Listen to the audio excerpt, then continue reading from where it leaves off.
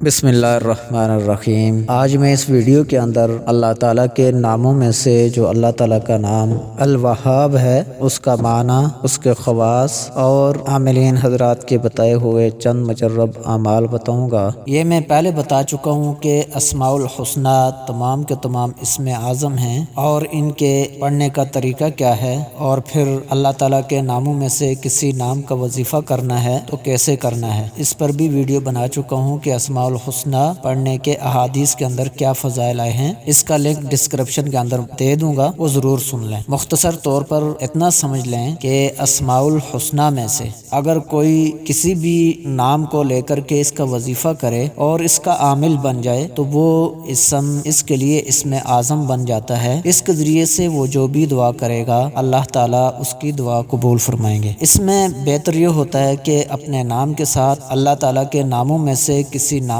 کو منتخب کر کے اس کا وظیفہ کرے، کیونکہ اس کے فائدے اور اثرات زیادہ ہوتے ہیں۔ تفصیل میں جانے سے پہلے آپ سے درخواست ہے کہ اگر میرا یوٹیوب چینل سبسکرائب نہیں کیا ہے تو اس کو ضرور سبسکرائب کر لیں۔ تو الوہاب کا معنی ہے سب کچھ عطا کرنے والا۔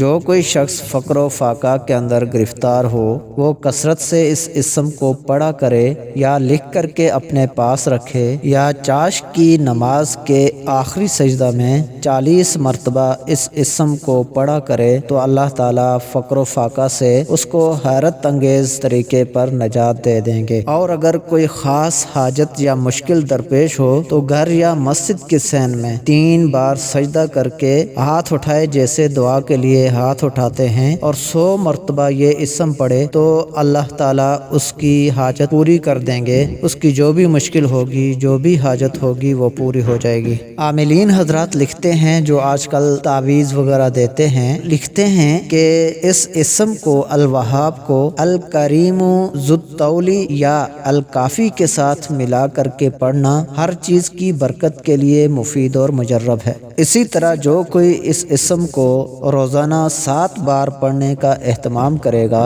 وہ مستجاب الدعوات ہو جائے گا۔ عاملین حضرات نے فقر و فاقہ کی دوری اور رزق کی فراخی کے لیے اس کے 3 اعمال لکھے ہیں۔ نمبر 1، جو کوئی اس اسم کو 1414 مرتبہ روزانہ نماز عشاء کے بعد پڑھے گا اللہ تعالیٰ اس کے رزق میں فراخی نصیب فرمائیں گے۔ نمبر 2، جو کوئی اس اسم کو چاشت کے وقت 4 رکعت نماز پڑھے پھر سلام کے بعد سجدے میں جا کر کے الوہاب کو 104 بار، اور اگر 104 بار نہیں پڑھ سکتا تو 50 بار پڑھے تو وہ مالدار ہو جائے گا۔ اور نمبر 3، جو کوئی نماز عشاء کے بعد 1150 بار پڑھا کرے وہ مقروض نہیں رہے گا۔ اور جو کوئی شخص ہر نماز کے بعد یہ آیت ربنا لا تزغ قلوبنا بعد اذ ہدیتنا وہب لنا من لدنک رحمہ انک انت الوہاب 7 مرتبہ پڑھنے کا اہتمام کرے اس کا ایمان محفوظ ہوگا۔ یہ آیت حفاظت ایمان کے لیے مجرب ہے۔ یہ تھے الوہاب کا معنی،